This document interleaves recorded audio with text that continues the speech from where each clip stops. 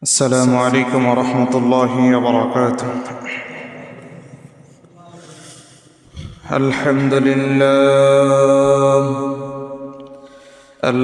لله نحمده ونستعينه ونستغفره ونعوذ بالله من شرور أنفسنا ومن سيئات أعمالنا. من يهد الله فلا مضل له ومن يضلله فلا هادي له. ونشهد أن لا إله إلا الله وحده لا شريك له. ونشهد أن سيدنا وحبيبنا ومولانا محمدًا عبده ورسوله الذي أرسله بالحق بشيرا ونذيرا وداعيا إلى الله بإذنه وسراجا منيرا. أما بعد فقد قال الله تعالى في كلامه المجيد والفرقانه الحميد.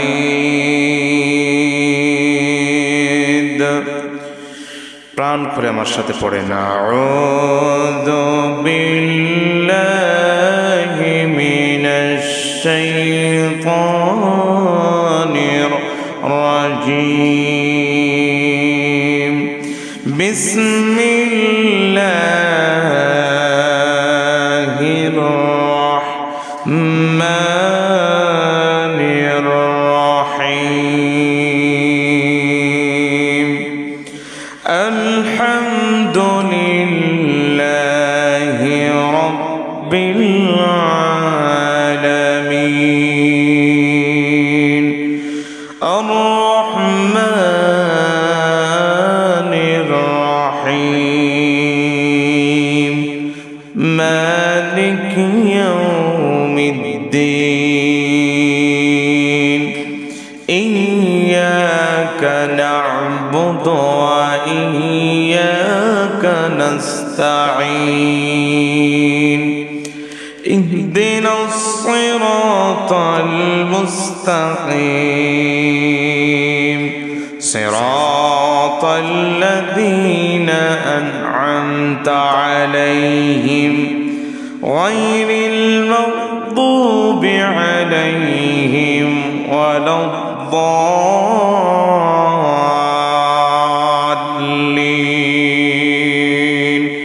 آمين.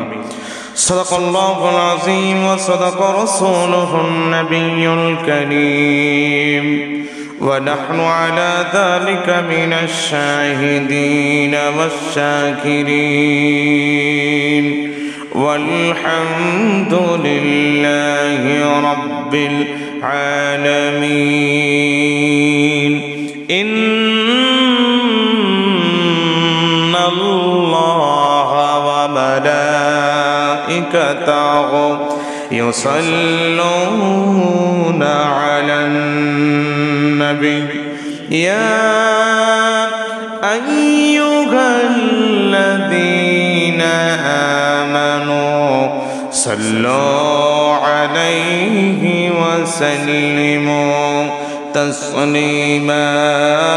اللهم صل على سيدنا مولانا محمد وعلى وعلى آل سيدنا مولانا সকল জবান খুলে মোহব্বতে পড়েন আল্লাহুম্মা সাল্লি আলা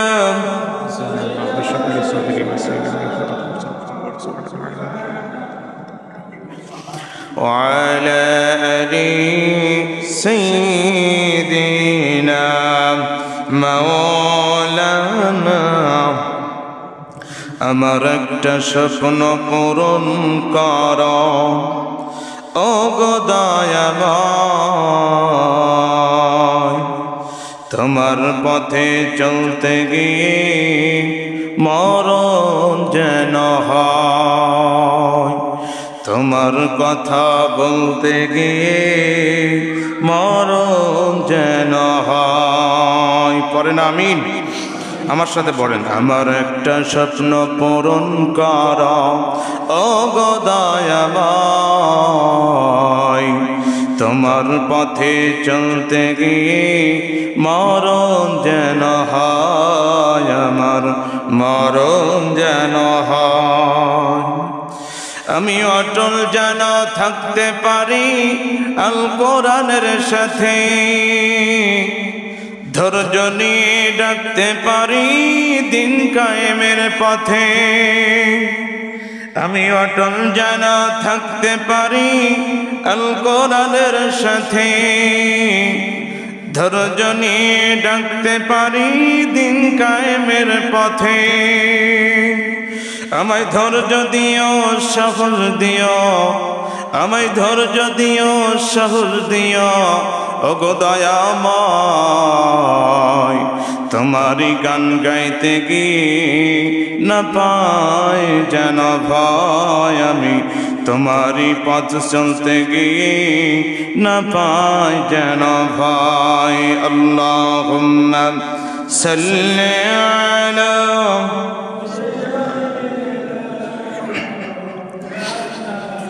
وعلى آل سيدنا مولانا مد بلغ العلا بكماله كشف الدجى بجماله حسنت جميع خصاله صلوا عليه জীবনে যত প্রেম আছে কনি যায় নবীজির তরে সবটুকু দিয়ে দেবতা বিনিময়ে শাফাত যদি তার পাই মুছে যাবে জীবনে যত ব্যথা ভাই বালাগাল উলা বিকামালিহি কাশাফাত thuja বিজামালিহি حسنت جميع خصاله صلوا عليه قرن لا إله محبت لا إله جرشر لا إله إلا الله لا إله Subhanallah alhamdulillah la ilaha illallah la ilaha নেকে গনে আল্লাহ সারা নেকে গনে আল্লাহ সারা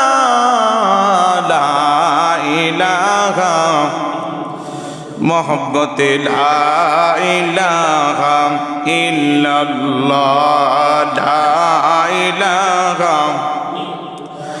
ला इलाहा इल्लल्लाह মুহাম্মাদুর রাসূলুল্লাহ সাল্লাল্লাহু আলাইহি ওয়াসাল্লাম। মুআজ্জাজ মুহতারাম, সামনে বসা দিনদার ইমানদার সম্মানিত দূর দূরান্ত থেকে আগত স্বাগত সম্মানিত মুসল্লিন ইকরাম, পদ্মার আড়ালের অবস্থানরতা সতী সাধবী সম্মানিতা আমার মা এবং বোনেরা, সকলের প্রতি আন্তরিক ভালোবাসা, মহব্বত, অভিনন্দন ও সালাম।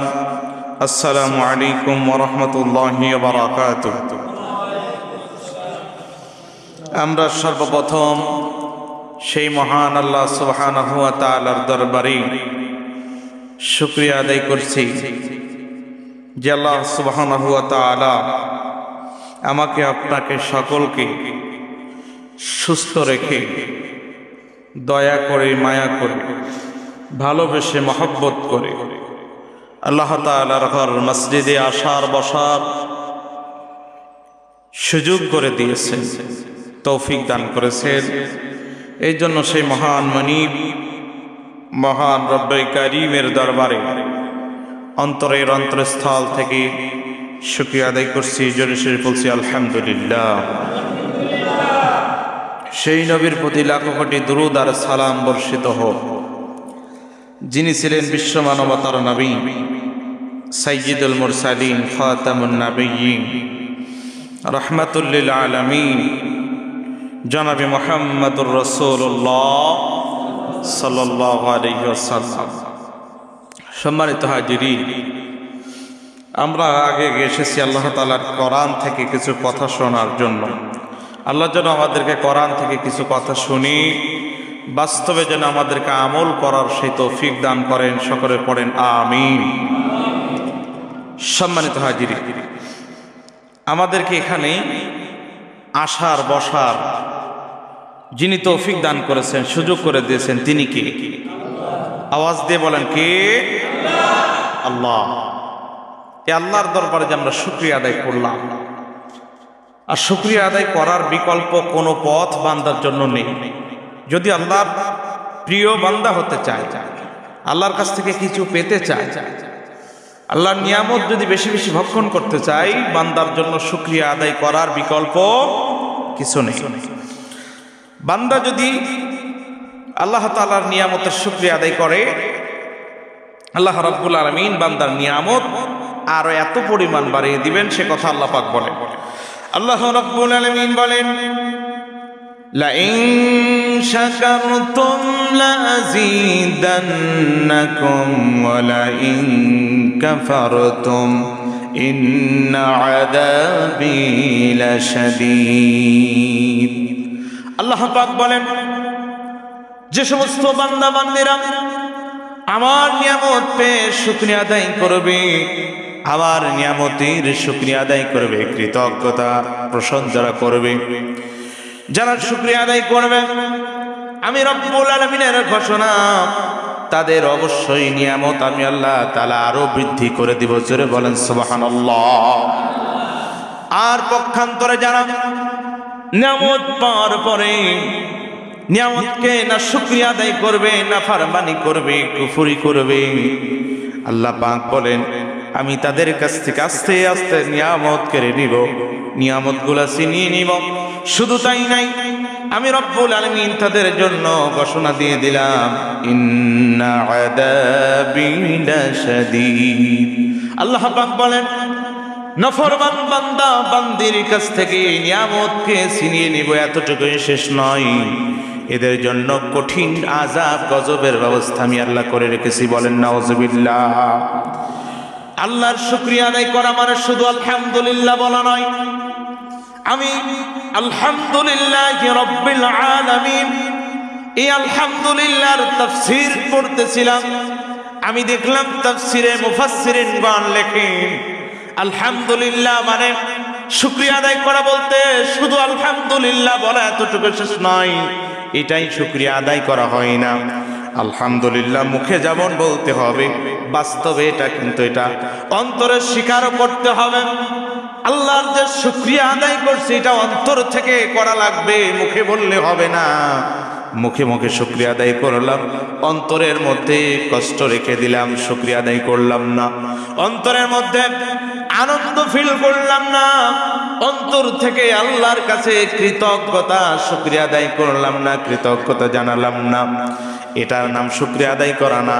শুকরিয়া আদায় করা আলহামদুলিল্লাহ মুখে যেমন বলতে হবে, অন্তরে এটা বিশ্বাস করতে হবে, আবার কাজেও এটা বাস্তবায়ন করার নাম শুকরিয়া আদায় করা।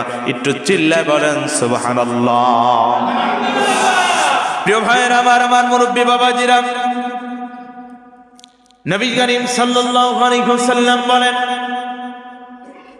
আল্লাহর দরবারে বান্দা যখন শুকরিয়া আদায় করে আল্লাহ যে কত খুশি হয়। একজন দুনিয়ার মানুষকে কেউ যদি কোন রকম ধন্যবাদ জানায়, দুনিয়ার মানুষকে কৃতজ্ঞতা জানায়, দুনিয়ার মানুষ যতটুকু খুশি হবে এর থেকে অসংখ্য অগণিত বেশি খুশি হবেন যিনি, তিনি বলেন নাম কি? জোরে বলেন নাম কি? আল্লাহ। এমন আল্লাহ, আল্লাহর জন্য যদি কেউ একবার আল্লাহ বলে ডাক দেয়, একবার যদি আলহামদুলিল্লাহ অন্তর থেকে বলে, আল্লাহ তাআলা এত খুশি হয়ে যায়, এত খুশি হয়ে যায়। আল্লাহ পাক বলেন, বান্দা কোন কারণে, কোন নিয়ামত পেয়ে তুমি আমার কাছে শুকরিয়া আদায় করলে, কোন নিয়ামতের কারণে আমার শুকরিয়া আদায় করেছো, আমি রব্বুল আলামিন তোমার ওই নিয়ামতের মন থেকে শুকরিয়া আদায় করার কারণে আমি আল্লাহ ওই নিয়ামতের মধ্যে আর বরকত দান করে দিলাম। সুবহানাল্লাহ। প্রিয় ভাইয়েরা আমার, মুরব্বী বাবাজিরা, আল্লাহ তাআলা আমাকে আপনাকে যা দিয়েছেন, যত কিছু দান করেছেন, কোনো কিছুর শুকরিয়া আদায় করে আমরা কিন্তু শেষ করতে পারবো না। কথা বলেন ঠিক কি না? আল্লাহ তাআলা যত কিছু দিয়েছেন দেখার জন্য দিয়েছেন। আল্লাহ পাক বলেন, আলাম নাজআল লাহু আইনাইন ওয়া লিসানান ওয়া শাফাতাইন। আল্লাহু আকবার। আল্লাহ পাক বলেন, বান্দা আমি কি তোমাদের দেখার জন্য দুইটা চোখ দিই নাই? যে দুইটা চোখ দিয়েছি দেখার জন্য, বান্দা ভালো কিছু দেখবা আর আমার দরবারে শুকরিয়া আদায় করবা।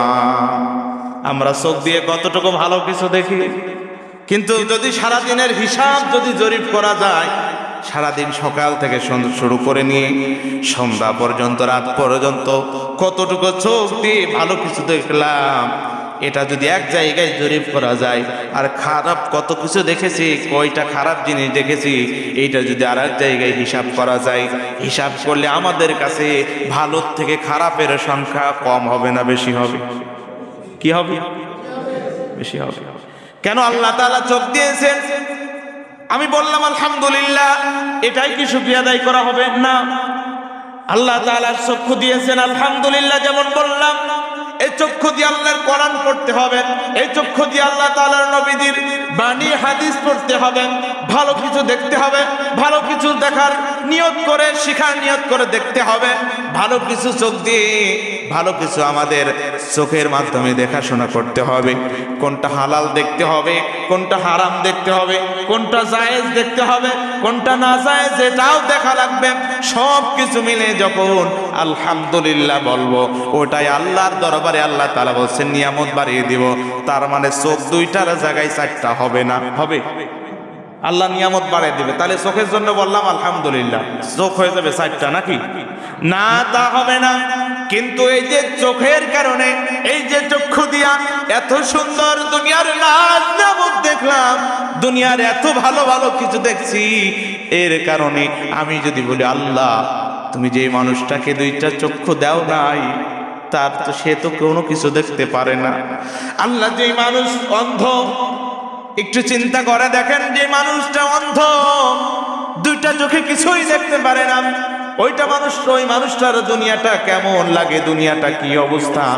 আল্লাহ যদি চাইতো আমার আপনারা দুইটা চোখ বন্ধ করে দিতে পারতেন কিনা? অবশ্যই পারত।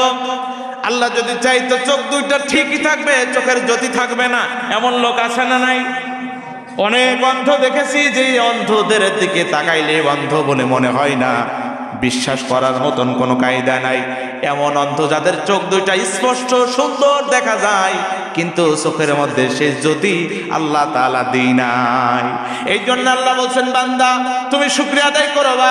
ওই যে ব্যক্তির চক্ষু দিয়েছি কিন্তু চোখের জ্যোতি নাই, তুমি যদি মনে করো আল্লাহ আমাকে দুইটা চক্ষু দিয়েছে, চোখের জ্যোতিও দিয়েছে, চোখ দিয়ে দেখতে পারি, সেই শক্তিও আল্লাহ আমাকে দিয়েছে, এই জন্য আলহামদুলিল্লাহ বলার পাশাপাশি এই চোখ দিয়ে যদি আল্লাহর কোরআন পড়ো, আল্লাহর নবীজির হাদিস পড়ো, আল্লাহ তাআলার হুকুম আহকাম যদি ভালোভাবে দেখে চলো, এটাই আল্লাহর কাছে বড় শুকরিয়া আদায় করা হবে। জোরে বলেন সুবহানাল্লাহ। প্রিয় ভাইরা আমার, আল্লাহ তাআলা বলছেন যারা শুকরিয়া আদায় করবে তাদের নিয়ামত বাড়িয়ে দেবেন কে? আল্লাহ তাআলা।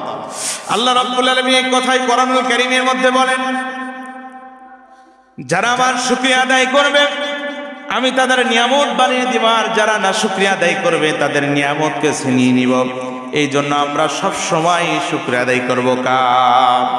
আমরা যখন নামাজে দাঁড়াই, যতবার নামাজ পড়ি ততবার নামাজে দাঁড়িয়ে প্রথমে শুকরিয়া আদায় করি কার?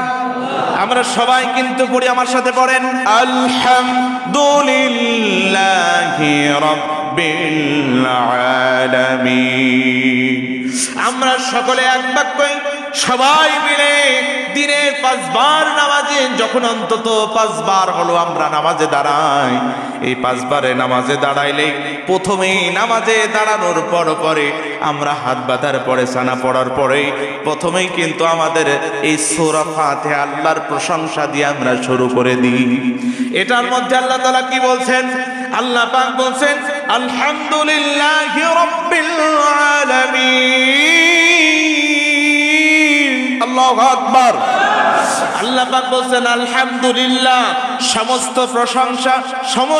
প্রশংসা একমাত্র কার জন্য? আল্লাহর জন্য। তার জন্য প্রশংসা একমাত্র হবে লিল্লাহি রাব্বিল আলামিন, যিনি জগৎ সমগ্র গোটা বিশ্বের সমস্ত কিছুর জন্য পালন কর্তা, সৃষ্টিকর্তা, সমস্ত কিছু রব, যে তিনি হলো রব্বুল আলামিন। সুবহানাল্লাহ। ইনি এমন রব, আমরা এমন রব পেয়েছি, আমরা এমন রবের গোলামি করি, আমরা এমন রবের দাসত্ব আনুগত্য করি যে রব আমাদের জন্য একবারে সব। এই রব থাকলে আমাদের আর কোন রবের দরকার। যারা হিন্দু যারা আছে, হিন্দু ধর্মের পূজা যারা করে, হিন্দু ধর্ম যারা পালন করে, এদের জন্য একজন প্রতিমাই যথেষ্ট নয়, তাদের জন্য কয়েকজন প্রতিমা লাগে, তাদের 360টা লাগে, হিসাবে এমন এসেছে। কিন্তু আমরা মুসলমান যারা, আমাদের সৃষ্টিকর্তা, আমাদের পালন কর্তা 360টাও না, 200টাও না, 150টাও না, 100টাও না, 2টাও না, শুধুমাত্র কয়টা? এই এক রব থাকলে আমাদের আর কোনো দরকার আছে? আমরা এই এক রব, সমস্ত কিছুর যারা কিন্তু 360টারও পূজা করে, তাদের রব কয়টা? তাদের রব কিন্তু একজন মূলত, কিন্তু তারা এটা বিশ্বাস যদিও না করে, কিন্তু তারা বিশ্বাস না করলেও মনের মধ্যে তারা এমন চিন্তা ভাবনা করে রব একজন আছে, কিন্তু তাদের জন্য, তার কাছে যাওয়ার জন্য 360টার পূজা করা লাগে। প্রিয় ভাইয়েরা আমার, কিন্তু আমাদের তাই নয়, আমাদের এক রবের ইবাদত করি, কারণ আমরা এক রবের কাছে, আমাদের যে মহান রব, এই রব যদি আমাদের সাথে থাকে, আমাদের জন্য আর কোনো কিছুর দরকার হয় না। কথা বলেন ঠিক কিনা? আল্লাহ আমার রব, এই রবই আমার সব। কথা বলেন ঠিক কিনা? আমার সাথে সবাই বলেন, আল্লাহ আমার রব, এই রবি আমার সব। আল্লাহ আমার রব, এই রবি আমার সব। দমে দমে তনু মন তারি অনুভব, দমে দমে তনু মন তারি অনুভব। আল্লাহ আমার রব, এই রবি আমার সব। লা ইলাহা, জবান খুলে লা ইলাহা, লা ইলাহা ইল্লাল্লাহু মুহাম্মাদুর রাসূলুল্লাহ সাল্লাল্লাহু আলাইহি ওয়াসাল্লাম। তাহলে আমাদের রব যদি আমাদের থাকে, আমাদের রবকে যদি আমরা পাই, আমাদের জন্য আর কোনো কিছুর দরকার কোনো কিছুর দরকার নাই। আল্লাহ আল্লাহর সেই রব শিখিয়ে দিচ্ছেন, বান্দা পড়ো আলহামদুলিল্লাহি রাব্বিল আলামিন। সমস্ত প্রশংসা সেই রবের জন্য যিনি জগৎ সমূহের জন্য, সমস্ত সৃষ্টিকুলের জন্য প্রতিপালক, যিনি সমস্ত কিছুর সৃষ্টিকর্তা, যিনি সমস্ত কিছুর দেখাশোনা যিনি করেন, সেই রবের শুকরিয়া আদায় করা লাগবে। প্রিয় ভাইয়েরা আমার, এই রব্বিল আলামিন সম্পর্কে তাফসীরের মধ্যে এসেছে তিনি আমাদের কেমন রব। তিনি যে সমস্ত কিছু পালনেওয়ালা, দেখাওয়ালা, বাঁচানেওয়ালা। একটু জোরে বলেন, বাঁচাইতে পারেন তিনি কে? মারতে পারেন তিনি কে? জীবন দিতে পারেন তিনি কে? মরণ দেয় তিনি কে? সব কিছু করতে পারেন কে? আল্লাহ রাব্বুল আলামিন। এই রব্বিল আলামিন সম্পর্কে ইমাম রাজি রাহমাতুল্লাহি আলাইহি তাফসীরের মধ্যে লিখেছেন, রব্বিল আলামিনের তাফসীর করতে যে ইমাম রাজি রাহমাতুল্লাহি আলাইহি বলেন তিনি কেমন পালন কর্তা, কেমন রব, একটু ভাবেন, একটু যদি অনুভব করেন বুঝতে পারবেন। ইমাম রাজি রাহমাতুল্লাহি আলাইহি তিনি বলছেন, রব্বিল আলামিনের তাফসীর করতে যে তিনি লিখছেন যে একজন ইমাম জান্নাত জুন্নুন মিসরি রাহমাতুল্লাহি আলাইহির ঘটনার মধ্যে এসেছেন। জুন্নুন মিসরি রাহমাতুল্লাহি আলাইহি তিনি বলছেন যে আমি একটা সময় নীল নদীর পাশে গেলাম কিছু কাপড় ধোয়ার জন্য, কিছু পোশাক আশাক পরিষ্কার করার জন্য। ইমাম রাজি রাহমাতুল্লাহি আলাইহি বলছেন, জুন্নুন মিসরি রাহমাতুল্লাহি আলাইহি নীল নদীর কিনারে গেলেন তিনি পোশাক আশাক ধোয়ার জন্য। ওই জুন্নুন মিসরি রাহমাতুল্লাহি আলাইহি বলছেন, আমি যখন পোশাক আশাক ধোয়া যখন শেষ পর্বে, যখন আমার পোশাকগুলা সব ধোয়া হয়ে গেল, হঠাৎ করে তাকিয়ে দেখলাম ওই নদীর কিনার দিয়ে একটা বড় একটা বিষাক্ত একটা বিচ্ছু নেমে আসছে। বড় একটা কি বিচ্ছু। জুন্নুন মিসরি রাহমাতুল্লাহি আলাইহি বলছেন, আমি দেখতে পেলাম ওই নদীর কিনারের দিকে বড় বিচ্ছুটা যখন নেমে আসছে, বিষাক্ত একটি বিচ্ছু। এমন বিচ্ছু আমি কখনোই দেখি না, এত বড় বিচ্ছু। এই বিচ্ছুটা দেখার সাথে সাথে আমার কাছে কেমন যেন একটু লাগলো, বিষয়টা কি, এমন বিচ্ছু তো কোনোদিন আমি দেখি নাই। এমন বিচ্ছুটা কেন নদীর কিনারায় আসছে, একটু দেখি, দাঁড়িয়ে দেখি।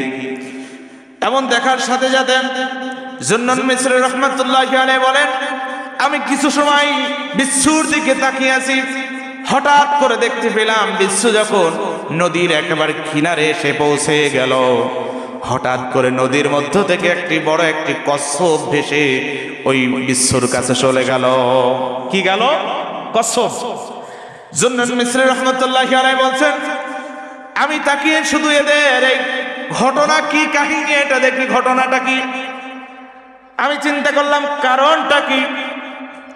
পানির মধ্য থেকে যখন কচ্ছপটা ভেসে যখন কিনারে চলে গেল, আমি তাকিয়ে দেখলাম ওই বড় বিষাক্ত বিচ্ছুটা ওই কচ্ছপের পিঠের উপরে যে উঠে বসে পড়ল। হঠাৎ করে তাকিয়ে দেখলাম কচ্ছপটা পানির মধ্যে ভাসতে ভাসতে বিচ্ছুটাকে নিয়ে চলে যাচ্ছে উপর দিয়ে নিয়ে।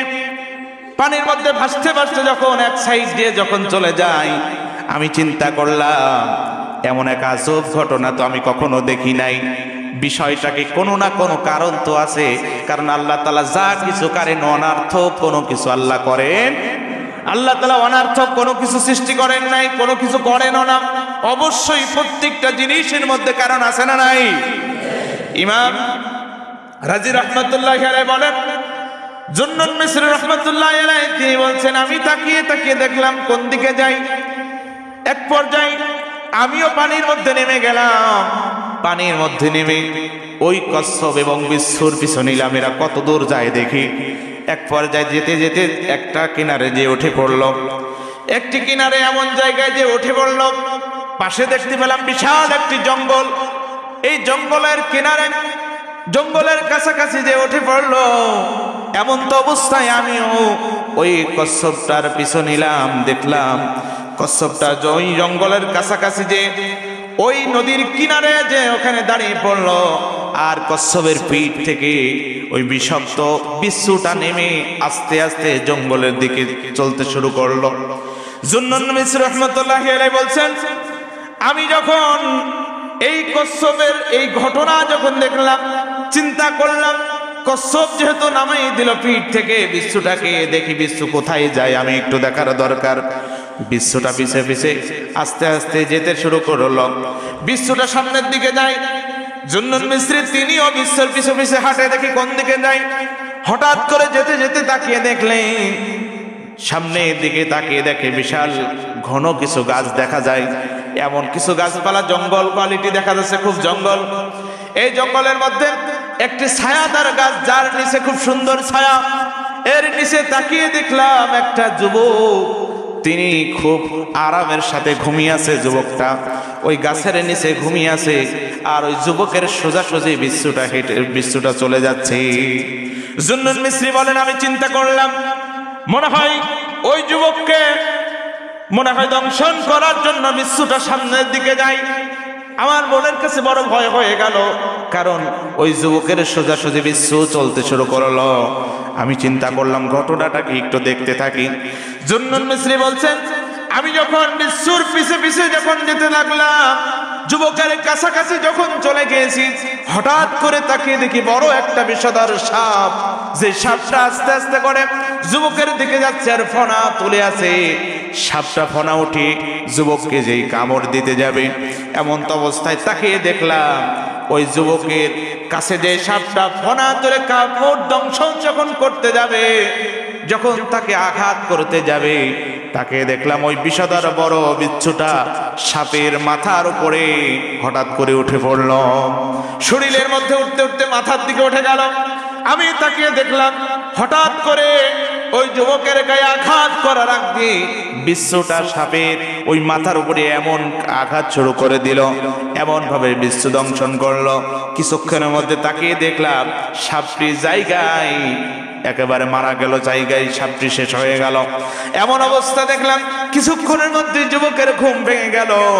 আমি এটা দেখার সাথে সাথে আবার দেখলাম বিচ্ছুটা সাপটা যখন মারা গেল, বিচ্ছু আবার সাপের গায়ের উপর থেকে নেমে আস্তে আস্তে করে আবার সমুদ্রের কিনারায় চলে আসলো। তাকিয়ে দেখি যেই জায়গায় কচ্ছপ বিচ্ছুকে নামিয়ে দিয়েছিল, তাকিয়ে দেখলাম ওই জায়গায় কচ্ছপটা আবারও আছে। পুনরায় আবার পূর্বের মতন দেখলাম একইভাবে তাকে ভাসিয়ে নিয়ে আবারও চলে গেল। আমি এটা দেখে চিন্তা করলাম, আসলে তিনি যে মহান রব, সৃষ্টি জগতের জন্য রব্বুল আলামিন, এটা আমার বাস্তব প্রমাণ আমি পেয়ে গেলাম। আমি আসলে দেখে গেলাম যে তিনি এমন পালনকর্তা, এমন স্রষ্টা, এমন রক্ষক। একটা জঙ্গলের মধ্যে মানুষকে হেফাজত যিনি করতে পারেন তিনি কি? জোরে বলেন কে? এমন কঠিন বিপদ থেকে বাঁচাই দিতে পারে তিনি কে? আল্লাহ তাআলা। দেখেন কিভাবে মানুষকে হেফাজত করে। কোন পশুর মাধ্যমে, কোন প্রাণীর মাধ্যমে আল্লাহ তাআলা একটা মানুষকে হেফাজত করলেন। এই জন্য ইমাম রাজি রহমতুল্লাহি আলাইহি সূরা ফাতিহার তাফসীরে রব্বিল আলামিনের তাফসীর করতে যে ঘটনাটা এনেছেন, যে আমার দেখা মতে, আমার জানা মতে জুন্নুন মিস্রি বলছেন আল্লাহ আসলে তিনি যে মহান স্রষ্টা, মহান প্রতিপালক, তিনি যে মহান সমস্ত সৃষ্টির জন্য রব, এটা আসলে বাস্তবে বুঝতে পারবে, উপলব্ধি তারাই করতে পারবে একমাত্র আল্লাহর প্রতি যারা ঈমান এনেছে, খাঁটি মুমিন ব্যক্তি যারা হবে। জোরে বলেন ঠিক কি না? এই জন্য মুমিন ব্যক্তি সর্বসময় প্রশংসা করবে কার? আল্লাহ। সেটাই শিখিয়েছেন, আলহামদুলিল্লাহি রাব্বিল আলামিন। আল্লাহু আকবার। সমস্ত সময় প্রশংসা হবে কার? প্রশংসা সবই কেবল তোমারি, প্রশংসা সবই কেবল তোমারি, রব্বুল আলামিন। দয়ালু মেহেরবান করুণায়া পুরাণ, দয়ালু মেহেরবান করুণায়া পুরাণ, আর কেহ নাই তুমি মালিক। শেষ বিচারের দিন, শেষ বিচারের দিন। কথা বলে ঠিক কিনা? সর্বশেষ বিচারের দিন আমাদের যিনি বাঁচাইতে পারেন, আমাদের সবকিছু রহম করতে পারবেন তিনি কে? আল্লাহ ছাড়া আর কেউ নাই। এই জন্য সর্বসময় আমাদের সর্বসময় উচিত আমরা প্রশংসা আদায় করব কার? নামাজে যেমন আলহামদুলিল্লাহি রাব্বিল আলামিন বলে শুরু করি, বাস্তবে আমাদের সব জায়গায় তাই বলা লাগবে। তাফসীরের মধ্যে এটাও দেখলাম যে অনেক মানুষ আছে যারা মুখে আলহামদুলিল্লাহ বলে, কিন্তু বাস্তবে তারা স্বীকার করে না, এটা স্বীকৃতি দেয় না, বাস্তবায়ন করে না। অনেকে বলে হুজুর আল্লাহ আমাকে যথেষ্ট অর্থ সম্পদ দিয়েছে আলহামদুলিল্লাহ, আল্লাহ আমার টাকা পয়সা যথেষ্ট দিয়েছে আলহামদুলিল্লাহ, এ কথা বলে আলহামদুলিল্লাহ বলে, কিন্তু তার কাছে অসহায় মানুষ, দরিদ্র মানুষগুলি 1 টাকাও পায় না, এমন আলহামদুলিল্লাহ বলা লোক আছে না নাই? আছে, সদরপুর তো নাই। প্রিয় ভাইরা আমার, এটার নাম আলহামদুলিল্লাহ বলা না। আপনি যে আলহামদুলিল্লাহ বললেন, এটা বাস্তবে বলেছেন কিনা? আপনার অর্থের দ্বারা অন্য মানুষ উপকৃত হবে, তখন আলহামদুলিল্লাহ বাস্তবায়ন। আপনি যে বললেন আলহামদুলিল্লাহ আল্লাহ আমাকে খুব ভালো খাওয়ায়, এর মানে শুধু নিজে ভালো খেতে হবে এটাই আলহামদুলিল্লাহ না। নিজে যতটুকু খাবো আর একজনকে খাওয়ানোর চেষ্টা করবেন, নাম আলহামদুলিল্লাহ, ঠিক কিনা? প্রিয় ভাইয়েরা আমার, নিজে ভালো চললাম, শুকরিয়া আদায় করলাম, আল্লাহ খুব ভালো চালায় আমারে, কিন্তু পাড়া প্রতিবেশী আমার ঘরের কোণের লোক না খেয়ে আছে, খোঁজও নেই না, এমন আলহামদুলিল্লাহ বলা লোক আছে না নাই? এটার নাম আলহামদুলিল্লাহ বলা নয়।